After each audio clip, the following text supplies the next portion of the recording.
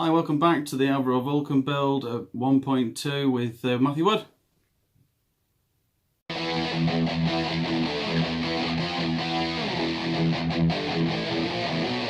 Okay, so hi, welcome back in. Right, okay, I've got the two parts here for the of the main underbelly and the top fuselage. But so what I've come to find is that it is a little tricky to put together. So on one hand, this is just doing this dry, just trying to see how it all fits, and so I've not glued up the I've not glued up the engine compartments yet for it. But so what I've seen is it's a little bit tricky because I think there's going to be a lot of clamping in place. But obviously, I'm not going to know until I get these until I get these bits all glued into place and into the bottom section. But yeah, so what I could say, there was a hell of a lot of flashing and on it, and it took a while for it to clean up, and so which was a little bit of a pain. But otherwise, it's not looking too bad, as you can see. So, but it's going to be a little tricky to actually clip all in together. Obviously, there is nipples on the underside and on the females on the other side, so on the top section. So as I'm trying to put it together, one bit puts in and the other bit clips out again like that.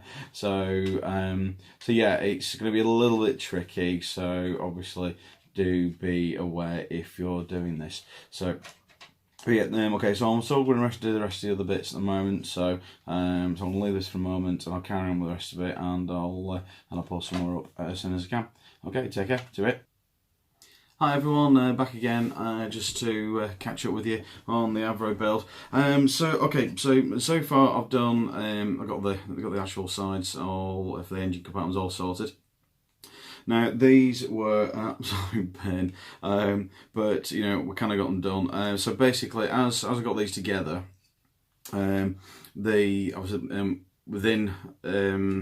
the actual sides and underneath, it actually created a seam, and the seam was showed up when you after I painted it. So unfortunately, you know, as we learn, I had to take a lot of the paint off that I already painted, and to try and sand a lot of the seams down inside these. So hopefully, you can see that the seams are a little bit better now. You can just about see them still, but obviously I want to get these painted up yet and see them and still see if you can see the seams on the inside. So these will actually fit on it's the bottom section of the Vulcan. So they got some lugs either side, and these fit into the bottom there. So I've got the right side. So I'll show you how they clip in. So they just pop in like that.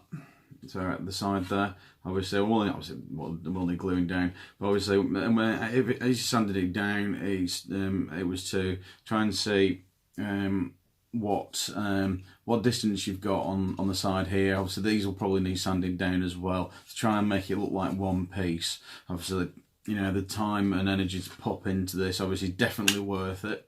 I'm actually quite glad I have done this and took the time and to do this, because it's if you've got the seams and things, it doesn't look like one piece, and you'll try and get as much realism behind it as you can.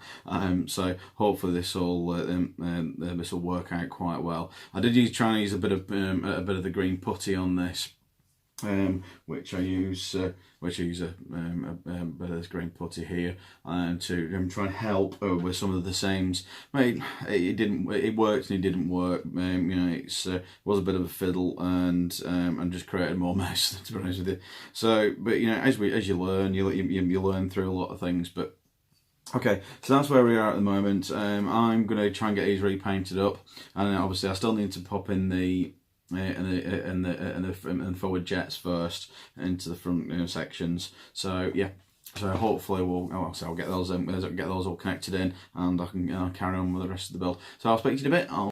Hi guys, back again. Right, okay, so what I've done so far is I managed to get the jet intakes in to the bottom section now. These are glued in, so I managed to get them all painted up again. So obviously then the next step then is to do them all a little bit. So the stage I've got to now so far, right down there, is stage 4 there now. So okay, so we see obviously we've got the guys to put in, and we've got all the console and things to put into the cockpit. And so I've already put the engine parts in. Also, there's some corner pieces on the bomb bay here, which I've popped in as well. So they're all done. What I'm going to do is I'm going to do a little bit of a on the actual seats. I'm going to put a little bit of different on a bit of colour on these, because I'm not going to put the guys in. I'm going to put the men in. I'm going to put a little bit of colour on the seats. So I'm going to probably get these masked up and give them a spray. And what I'm probably going to do is I've had a burnt colour. So the burnt orange colour. This is a gloss 16 Humbrol 16. Put it there for you. So, this is actually quite. I did this on the Sea King I did, and it looked really effective. I just sprayed it and then weathered them in a little bit, just to give them a little something. If you do look into the cockpit, I know you're not going to see much into the cockpit because the cockpit again is quite small. So I mean, if you just shut that down a little bit. So if you the cockpit is quite tiny. You've only got a couple of windows on there. You've not got very many, and so you're not going to see much.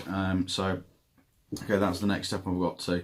So yeah, so I'm going to probably get them painted up. The cockpit itself, where's it gone? So the console, should I say, is basically that little piece here. I do have two little holes on the side there to put the joysticks in. But again, I'm not going to put those in. There's not much point. You're not going to see anything. But at least on one day I will spray this up black before it goes in to match everything else up. Again, it's up to you if you want to put the decal on these. I'm not going to bother. It's just going to be way too fiddly, and you're not going to see anything. Just you might as well crack on with the rest of it. But I will put a little bit of detail on, again, as I said, on the actual chairs. So we can, at least you've got a little bit of something on there. So if you do look into it, you can see something that's in there rather than just a black blob. Yeah. So okay, so that's where I am at the moment, and then I'll obviously move on to step 5 and 6, which looks like, I think this is going to be.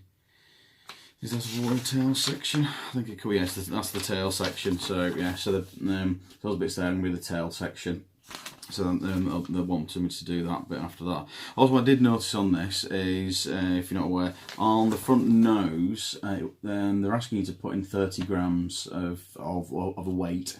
This says to me that it looks like it's going to be back end heavy. So if you're laying it flat, then it's just going to drop like that. So you end up your nose will always be up all the time. So bit of blue tack maybe, or if you do have a little bit of lead weight or lead shot kicking around, you can always super glue that in into the bottom, just into the nose, so it gives it a bit of weight in the front. I mean, if you want to be on the edge of caution, I would probably go about 10 grams higher. I think the front legs will probably support it. They look quite sturdy on the front, so I think they should be okay. But I mean, again, test it. See how you get on. But obviously that's going to go inside the front from the nose compartment here first, before you obviously glue everything else on top of it. So yeah, that's right at the moment. And anyway, I'll get cracked on and get the rest of these painted up, and I'll catch you later. Hi guys, okay, we're back. Right, okay, so what I've done so far, okay, so I've actually clamped this up now. I had some clamps on either side of here, whereas there are other pips on here. When you come to gluing something like this, because it's quite a big unit, I would advise definitely get some clamps. I do only have the little modelers clamps for this, because it's not too big a job. You can get the big grip clamps, or you can get the slide down clamps, which can help, especially on the front end. But on the nose as well, so which isn't too bad. But yeah, this is clamped together not too bad, and it's gone okay. So there is a little bit areas where they do pop up and come away because the plastic's warped a little bit. Obviously, always remember that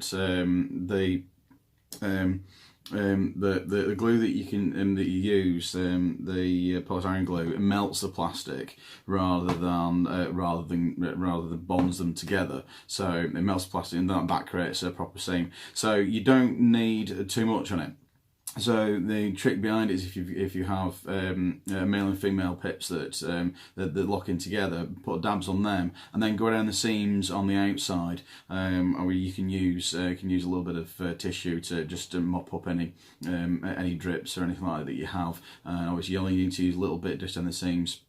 And that'll help. That'll help you with a better seam on the sides as you're coming down. So I've done it on pretty much a lot of the sides that have got any contacts on. So, and then obviously once you've done a seam, you can hold it and keep it there until it stains, which is under its own steam. So. Okay, so that's gonna send a little bit of time for it to dry now. So give it probably about 20 minutes, half an hour, and a little bit longer to dry, and let that make sure that cures, and then you should be ready to start putting the wings and stuff on as it goes through. So I'm going to put that to one side now. So I'll put that one over here. Just to recap, so we've gone through the step 4 now. So obviously we've got everything all together on that side now. So the next bit is to do the tail sections. Okay, so we are number 5 and number 6. So what I'll do is I'll dig them out. I'll show you. I can move that out of the way.